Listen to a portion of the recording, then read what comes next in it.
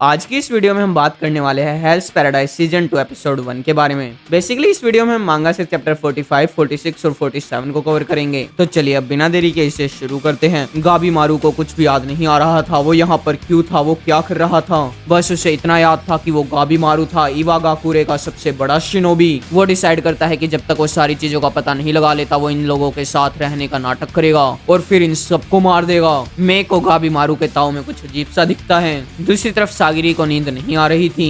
उसके पास शियोन आता है जिसने अब अपने कपड़े बदल लिए थे। सागिरी बताती है कि वो अपने सीनियर्स के बारे में सोच रही है। ऊपर से वो गाबी मारू को लेकर भी चिंता में है क्योंकि वो एक दिन से गायब था। शियोन कहता है क्या तुम उससे प्यार नहीं, मैं उससे प्यार नहीं करती, आपकी गंदी आदत है कि आप हमेशा यही सोचते हो। शियोन कहता है पर तुम उसमें इंटरेस्ट जरूर ले रही हो। सागिरी कहती है मुझे इस बारे में नहीं पता, वो खूनियों के बीच में पला बड़ा है, उससे प्यार मिला पर अभी भी उसका पास्ट उसे डराता है। ऊपर से अगर यूजुरिहा ठीक है तो उसकी मोटिवेशन सिर्फ एक भ्रम है। ये काफी ज्यादा सैड होगा। फिर भी मैं यकीन रखना चाहती हूँ कि वो दोनों वापस मिलेंगे। शियोन कहता है मुझे भी ये फीलिंग पता है। अगले दिन वो आगे बढ़ रहे थे। गाबी मारू को याद नहीं आ रहा था कि वो इस आइलैंड पर क्यों है। क्या वो सिर्फ अमृत पाने के लिए था या फिर कोई और रीजन था। उसके पास यूई की धुंधली यादें थी। जब ही उन लोगों को क्रिमिनल आजा चोबे और उसका भाई दिखता है। चोबे गाबी मारू पर हमला शुरू कर देता है पर गाबी मारू उसकी गर्दन ही मोड़ देता है। पर जब ही मे कहती है ताओ, बहुत ज्यादा ताओ, चोबे गाबी मारू को जमीन में गाड़ देता है।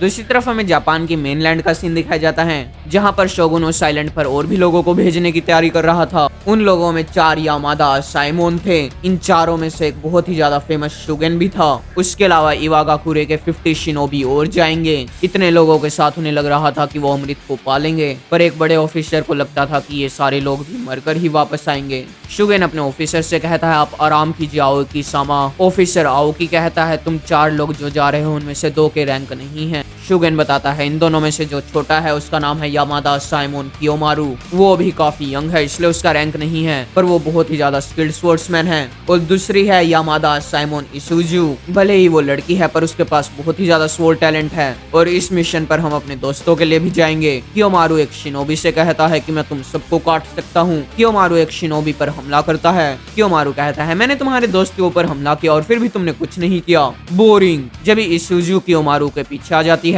वो कहती है तुम हमारे दोस्तों के साथ कितने रूड हो, अपने ब्लेड को वापस डालो छोटे कियो। जब एक शिनोबी कहता है आपको हमारे ऊपर हमला करते हुए सोचने की कोई भी जरूरत नहीं है, एक शिनोबी की जिंदगी उसके मास्टर की होती है और इस मिशन के लिए आप हमारे मास्टर हो, हम में से किसी भी एक को चुनकर उसे मार दो। कियोमारू कहता है ठीक है मैं तुम्हें चुनता हूँ, अपनी गर्दन काट लो। वो शिनोबी ऐसा ही करता है। दूसरा शिनोबी कहता है हम शिनोबीज के दिल या दिमाग नहीं होते, हम सिर्फ टूल हैं। उन शिनोबी को उनके चीफ ने एक और मिशन दिया था, वो था गाबी मारू को मारने का। उन्हें बताया गया था कि गाबी मारू को हर हालत में मारना है, भले इसके लिए तुम्हारी जान क्यों न चली जाए। कियोमारू कहता है शुगेन तुम्हें क्या लगता है क्या हमें इन पर ट्रस्ट करना चाहिए। शुगेन कहता है मैं किसी पर भी ट्रस्ट नहीं करता। अच्छा और तुम उन क्रिमिनल्स के बारे में क्या सोचते हो। शुगेन कहता है मैं हमारे दोस्तों को लाने के लिए उन सबको मार दूंगा।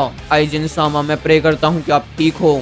जब भी वो ऑफिसर आओ कि चौथे साइमोन से बात करता है जो कि उनके साथ जाने वाला था, वो साइमोन कहता है हम कोई भी मदद करने नहीं जा रहे, सिर्फ मौत ही मौत आएगी और भी लोग मरेंगे, बिना किसी शक के हम में से कोई भी वापस नहीं आएगा। दूसरी तरफ गाबी मारू फिर से लड़ने के लिए तैयार था। चोबे उसे वापस पटक देता है। गाबी मारू कहता है मैं तुम्हारे टुकड़े कर दूंगा हमेशा की तरह, मेरा टारगेट है दिमाग और आग। पर चोबे रीजनरेट करने लगता है। दूर से खड़ा होकर तामिया कहता है कि वो उसके वाइटल ऑर्गन्स पर हमला कर रहा है, ये ठीक स्ट्रेटजी है, पर ये ऐसा है मानो 2 जंगली जानवर लड़ रहे हो। गाबी मारू के अटैक चोबे पर काम नहीं कर रहे थे। चोबे नीचे की जमीन ही फाड़ देता है। तुम कमजोर हो। वो वापस गाबी मारू के ऊपर हमला करता है।